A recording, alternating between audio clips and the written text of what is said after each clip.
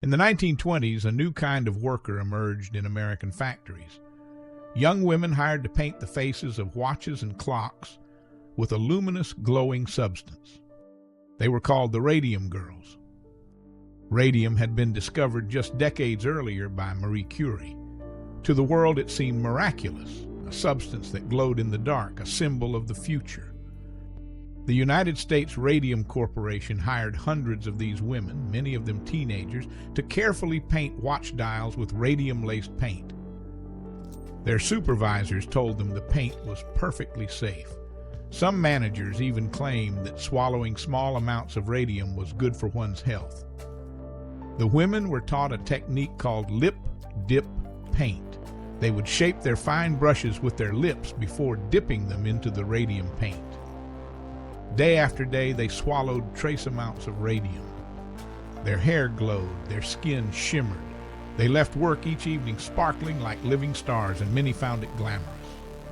But beneath that glow, something terrible was happening. Within a few years, the women began falling ill. Their teeth crumbled and fell out. Their jaws rotted from the inside. Bones fractured without cause. Doctors were baffled. Amelia Mollie Maggia was among the first to suffer. Her jawbone was so destroyed that her dentist removed it entirely with his bare hands. The company knew. Internal documents later revealed that management had been warned about radium's dangers as early as 1924, but they chose profit over people, dismissing the workers' suffering and blaming their illnesses on other causes. The women were told they had syphilis, a cruel lie meant to silence them with shame. But the Radium Girls refused to be silenced.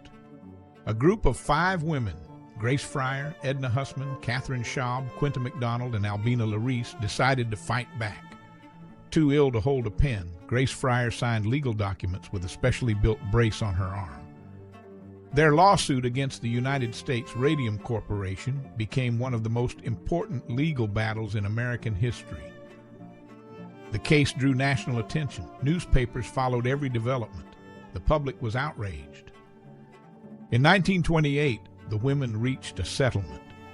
Each received a lump sum, an annual pension for life, and the company was ordered to pay their medical bills. But more than money, they won something lasting. Their case established that corporations could be held liable for the health of their workers. It laid the groundwork for modern occupational safety laws. The Radium Girls did not live long after their victory. Most died in their 30s and 40s, their bodies ravaged by radiation poisoning.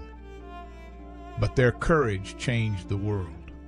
Today, the Radium Girls are remembered as pioneers of labor rights and worker safety, ordinary women who faced an extraordinary injustice and refused to look away.